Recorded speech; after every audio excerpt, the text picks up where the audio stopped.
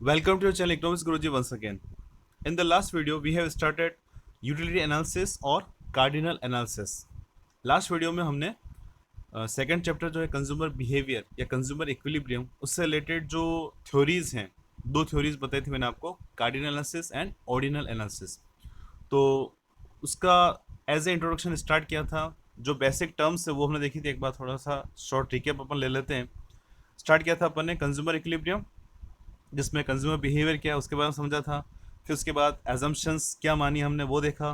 What is consumer या who is consumer, sorry who is consumer, इसमें हम detail में स्टडी की थी। Next main purpose of consumer, consumer का मेन पर्पस क्या होता है। देन जो इससे रिलेटेड कंज्यूमर इक्विलिब्रियम से रिलेटेड जो बेसिक थ्योरीज हैं वो कौन कौन सी वो देखी थी। और स्टार्ट किया था शॉर्ट में इंट्रोडक्शन यूटिलिटी एनालिसिस। ठीक है।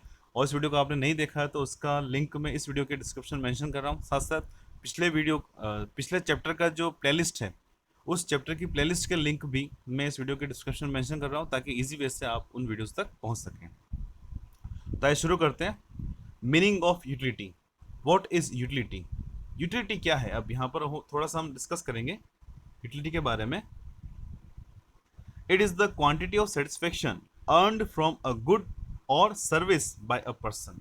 क्वांटिटी, हम किसी भी कमोडिटी या सर्विस को कंज्यूम करते हैं तो उससे जो आपको सेटिस्फेक्शन मिल रहा है, जैसे आप टीवी देख रहे हैं तो टीवी देखने से आपको कुछ ना कुछ सेटिस्फेक्शन मिल रहा है। मोबाइल यूज़ कर रहे हैं तो उससे भी आपको कुछ ना कुछ तृप्ति या सेटिस्फेक्शन मिल रहा है। या आप खाना खा रहे हैं, एप्पल खा रहे हैं, चाय पी रहे हैं, कॉफ़ी पी रहे हैं या आइसक्रीम खा रहे हैं तो उससे आपको कुछ ना कुछ सेटिस्फेक्शन मिलता है। तो जो भी सेटिस्फेक्शन आपको मिल रहा है उसको हम यहाँ पर बोलेंगे utility. Okay, utility it means उपयोगिता। सेकेंड डेफिनेशन इसकी, और want satisfying power of a good is called utility. किसी भी कोमोडिटी या सर्विस का वह गुण, वह पावर जो अपनी वांट्स, अपनी नीड्स को पूरा करे, अपनी आवश्यकताओं को पूरा करे, उसे हम यहाँ पर यूटिलिटी बोलते हैं, उसे हम यहाँ पर उपयोगिता कहते हैं। जैसे कि पंखे की उपयोगिता क्या है? हवा देना, उसकी यूटिलिटी यहाँ पर हवा देना। कूलर की यूटिलिटी ठंडी हवा देना। एसी की यूटिलिटी क्या है? ठंडी हवा के साथ एक ऐसा इन्वायरमेंट प्रोवाइड करना जिससे कि हमें ना तो ज़्यादा ठंड लगे या ना ज़्यादा हमें गर्मी लगे, यानी एक कांस्टेंट टेम्परेचर हमें यहाँ पर प्रोवाइड किया जाता है। इन्वायरमेंट भी इससे क्लीन रहता है। ठीक है। उसी प्रकार से साइकिल की यूटिलिटी आपको पता है, बाइक की यूटिलिटी आपको पता है, कार की यूटिलिटी आपको पता है, और ट्रेन की यूटिलिटी क्या है वो भी आपको पता है।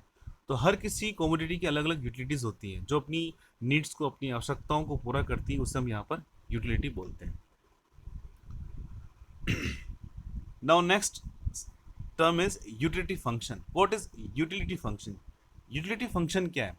Generally, a word function denotes the functional relationship between two variables. Like, suppose x is the function of y, तो हम इसको यहाँ पर इस प्रकार से रिप्रेजेंट करेंगे, x is the function of y।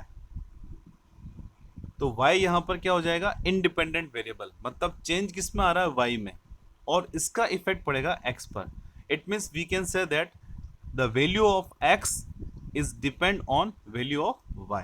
y की वैल्यू जो, सॉरी x की जो वैल्यू होगी वो y पे यहाँ पर डिपेंड करेगी। ठीक है। तो यहाँ पर फंक्शन क्या है? मैथमेटिकल टर्म है। Function represents the functional relationship between two variables like x and y। हमने यहाँ पर इसको लिखा है, तो x की जो वैल्यू है हमने क्या लिखा है? x is the function of y। It means x की वैल्यू किस पर डिपेंड कर रही है? y की वैल्यू पर।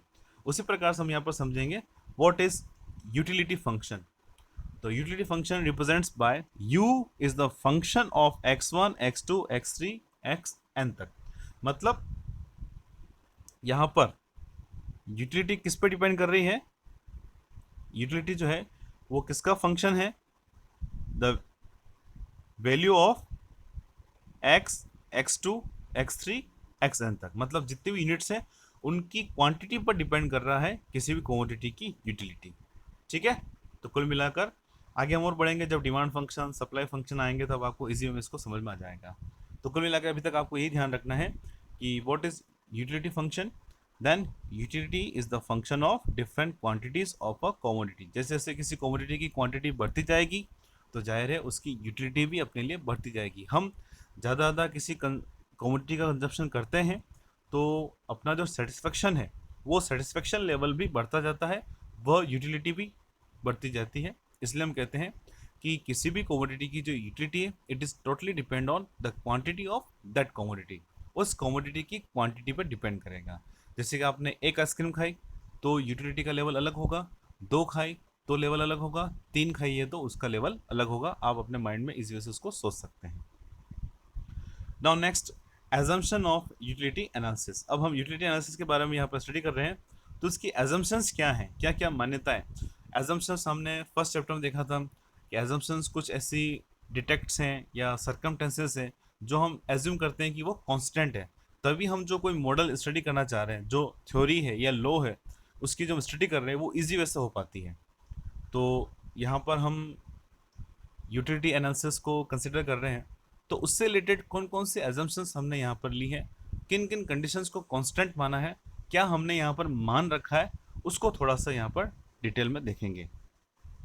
The first, the consumer is rational and he compares the utility gained from different commodity, calculates them and makes selection between them. मतलब मैंने आपको स्टार्टिंग बताया था कि यहाँ पर कंज्यूमर हम मान रहे हैं कि कंज्यूमर किसी भी कमोडिटी का कंजप्शन कर रहा है तो उससे जो सेटिस्फेक्शन मिल रहा है उसको हम मेजर कर सक रहे हैं, कैलकुलेट कर सक रहे हैं और कंपेयर कर सक रहे हैं। वापस एग्जांपल लेते हैं। Suppose there are two goods A and B. अगर कंज्यूमर ए का कंजप्शन करता है तो उस कंडीशन में उसको सेटिस्फेक्शन कितना मिल रहा है, 10 यूटिल्स। बी का कंजप्शन कर रहा है तो उससे उसको मिल रहा है 15 utils. Then we can compare, consumer compare कर सक रहा है कि बी से सेटिस्फेक्शन उसको ज़्यादा मिलेगा देन ए से, क्योंकि आपके सामने है ए से उसको 10 यूटिल्स मिल रहे हैं सिर्फ और बी से उसको 15 यूटिल्स मिल रहे हैं। Okay, now next second assumption is the consumer maximises its satisfaction. Consumer का बिहेवियर क्या है, कंज्यूमर क्या चाहता है कि वो अपने सेटिस्फेक्शन को मैक्सिमम करना चाहता है, यानी वो अपनी रुपए को, अपने पास पड़ी इनकम को इस प्रकार से एक्सपेंड करेगा कि उससे जो सेटिस्फेक्शन मिल रहा है उसको वो मैक्सिमम हो जाए। ओके, ये उसकी सेकंड assumption है। Now next third, the consumer has complete information about various choice and satisfaction. Consumer के पास जो भी, जैसे कि कंज्यूमर एक्स एंड वाई दो अलग अलग कमोडिटी कंजप्शन कर रहा है, तो एक्स की वैल्यू अलग हो सकता है एक के साथ वो वाई की 2 यूनिट्स कंज्यूम करें, एक्स की 2 के साथ वह वाई की 1 यूनिट कंज्यूम करें। तो उसके पास जो भी चॉइस है, जो भी अवेलेबल चॉइस है, वो उस हमें मानते हैं कि उसको अच्छे से पता है। जैसे कि आपको आपकी मम्मी ने बोला है या आपके फादर ने बोला है कि मार्केट से कोई 2 फल फ्रूट लाइए, ठीक है, डिफरेंट टाइप्स ऑफ 2 फ्रूट्स। आप मार्केट में गए, आपके पास 100 रुपये का नोट है या 200 रुपये का नोट है, आपने एप्पल और अनार दोनों परचेस करने हैं, तो अलग अलग चॉइस हो सकता है कि आप पूरे 200 रुपये एप्पल पर खर्च कर दो या पूरे 200 रुपये आप अनार पर खर्च कर दो, या हो सकता है कि 100 रुपीज़ 1 kg ऑफ एप्पल और 1 kg ऑफ अनार उस पर आप उसको स्पेंड करो, या फिर बनाना है वो आप ले सकते हो। तो डिफरेंट डिफरेंट चॉइस हो सकती है। तो जितने भी चॉइस हैं, जितने भी अल्टरनेटिव्स हैं, हम ये मानते हैं कि कंज्यूमर को पता है, इसी तरीके से वो अपने सेटिस्फेक्शन को मैक्सिमम कर पाता है। Okay, next fourth is utility can be measured in terms of money. अभी हमने देखा था कि जो भी यूटिलिटी मिल रही है किसी भी कंज्यूमर को, उसको मनी में मेजर कर सक रहे हैं। किसी भी कमोडिटी के लिए अगर वो ज़्यादा पे कर रहा है तो उसकी यूटिलिटी उसके लिए ज़्यादा है, किसी कमोडिटी के लिए वो कम पे कर रहा है तो उसकी यूटिलिटी उसके लिए कम है। Now next fifth is marginal utility of money is considered to be stable. अब ये जो वर्ड है मार्जिनल यूटिलिटी, ये थोड़ा सा दिक्कत देता है सबको। सिंपल सी टर्म है, आपके पास 10 रुपये के 5 नोट हैं, ठीक है, आपके पास 10 रुपये के 5 नोट हैं।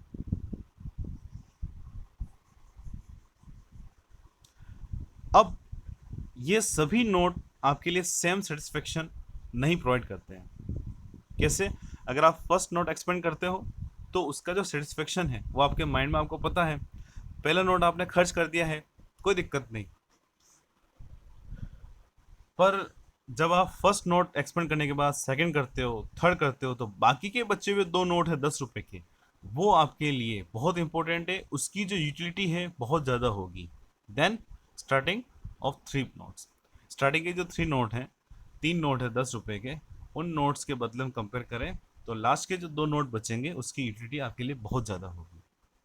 तो मार्जिनल यूटिलिटी टर्म्स क्या है वो आगे डिटेल में समझेंगे। सिंपल हम देखें तो मार्जिनल यूटिलिटी क्या है कि जब आप एक यूनिट को चेंज कर रहे हैं, जैसे कि आपने एक नोट एक्सपेंड किया उसके बजाय फिर दूसरा नोट एक्सपेंड कर रहे हो, तो इन दोनों नोट की जो यूटिलिटी है उसका जो डिफरेंस है वो यहाँ पर कहलाएगा उस मनी की मार्जिनल यूटिलिटी। ठीक है, तो आपने अगर फर्स्ट नोट एक्सपेंड किया तो उसकी यूटिलिटी आपके लिए थोड़ी कम थी। ठीक है, क्योंकि आपके पास 4 नोट पड़े हुए हैं बाकी के फिर लास्ट में, और फिर आपने सेकंड नोट किया तो उसकी यूटिलिटी थोड़ी और ज़्यादा है। माइंड में जनरली यही होगा, जो आप सेकंड नोट एक्सपेंड करोगे उसकी मार्जिनल यूटिलिटी जो है आपके माइंड में थोड़ी ज़्यादा ही होगी। थर्ड करोगे उसकी और ज़्यादा, फोर्थ करोगे उसकी और ज़्यादा, और फिफ्थ की सबसे ज़्यादा होगी। तो आप देख रहे हैं कि मार्जिनल यूटिलिटी जो है वो लगातार बढ़ती जा रही है। अब हम ये मान रहे हैं कि कंज्यूमर 2 गुड का कंजप्शन कर रहा है, और कंज्यूमर कंजप्शन कर रहा है तो उसे एक्सपेंडिचर भी तो करना है। जैसे कि उसने 5 आइसक्रीम कंज्यूम की, तो 5 आइसक्रीम के लिए वो 10-10 रुपये एक्सपेंड कर रहा है। ठीक है, पर जैसे जैसे वो आगे एक्सपेंड करता जाएगा, जो अगले जो नोट है उनकी यूटिलिटी उसके लिए माइंड में ज़्यादा है, उसका सेटिस्फेक्शन, वो जो लास्ट फिफ्थ नोट खर्च करना चाहता है उसका सेटिस्फेक्शन उसके माइंड में बहुत ज़्यादा है। तो क्या वो एक ही क्वांटिटी पर एक्सपेंड करता रहेगा? आपके पास 5 नोट है 10 रुपये के, आप पहला नोट खर्च करोगे, आइसक्रीम खा लोगे कोई दिक्कत नहीं, दूसरा कर लोगे, आइसक्रीम आपने कंज्यूम कर ली कोई दिक्कत नहीं, तीसरा किया, चौथा किया, फिफ्थ नोट किया, पांचों नोट आप उस पर खर्च कर दोगे? नहीं करोगे, क्योंकि आपके लिए बचा हुआ अमाउंट जो होगा लास्ट का, जो 10 रुपये का नोट है वो बहुत इंपॉर्टेंट है, आप ऐसे इस पर खर्च नहीं करोगे।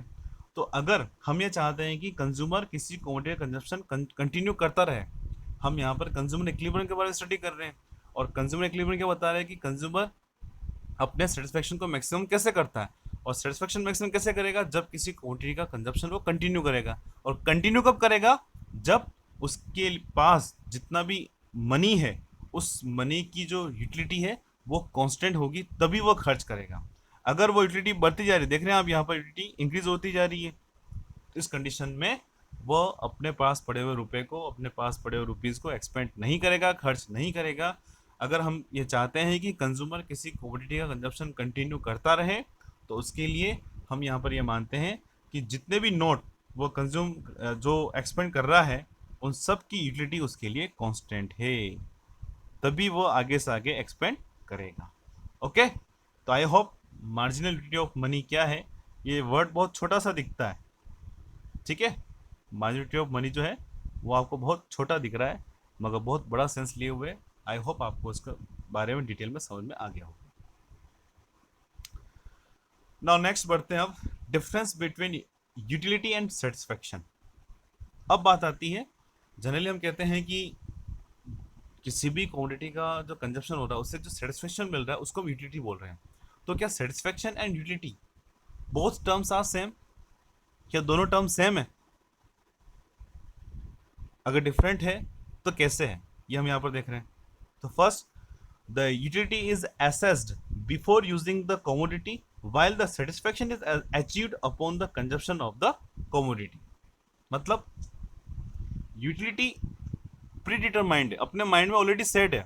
जैसे कि आपने कूलर देखा, आपको बहुत गर्मी लग रही है, आप कहीं गए, आप घर पे गए, कूलर नज़र आया, झट से आपके माइंड में क्या आता है, कूलर स्टार्ट करेंगे तो उसकी यूटिलिटी क्या है, ठंडी हवा देगा, कोल्ड विंड देगा आपको। तो आप जल्दी से आपने स्विच ऑन किया और उसका आप कंजप्शन करना स्टार्ट कर दोगे। तो आपके माइंड में क्या है कि कूलर आपको नज़र आ रहा है तो उससे सेटिस्फेक्शन आपको मिलेगा, ठंडी हवा मिलेगी।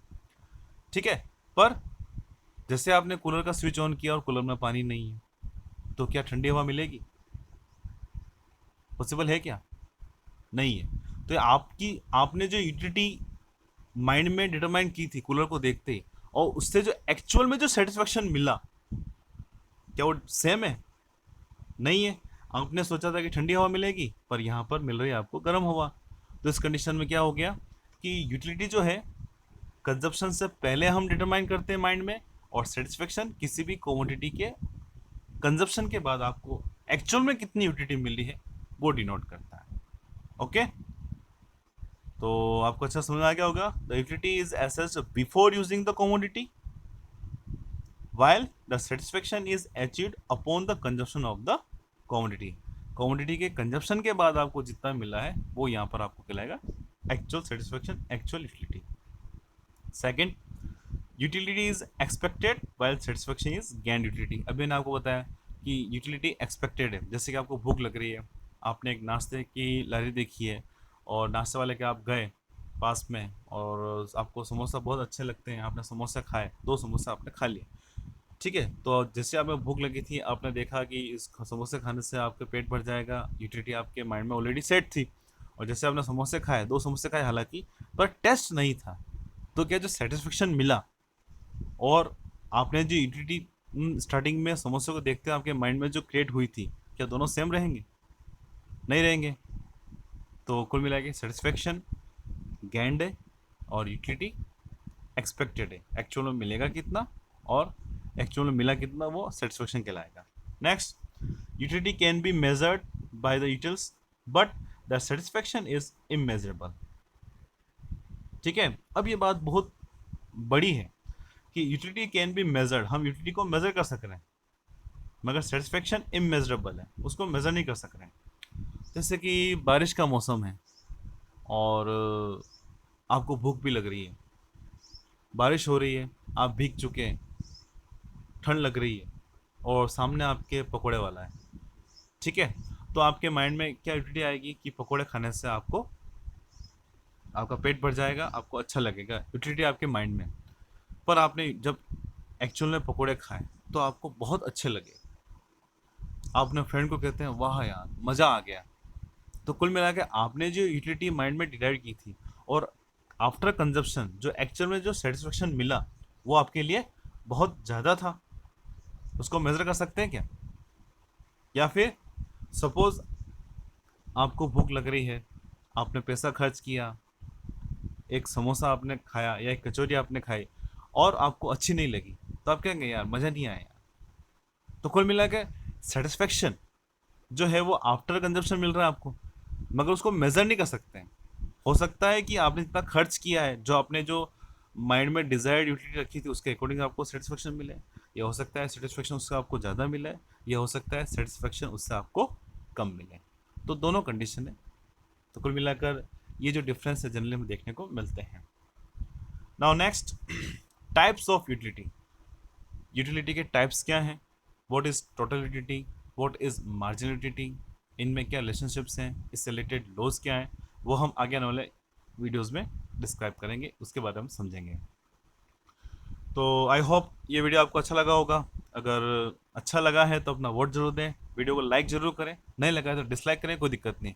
और अगर आपको लगता है कि ये वीडियोज़ या सीरीज़ आपके लिए बहुत इंपॉर्टेंट है, आपके फ्रेंड्स के लिए बहुत इंपॉर्टेंट है, तो इससे ज़्यादा मैक्सिमम शेयर करें।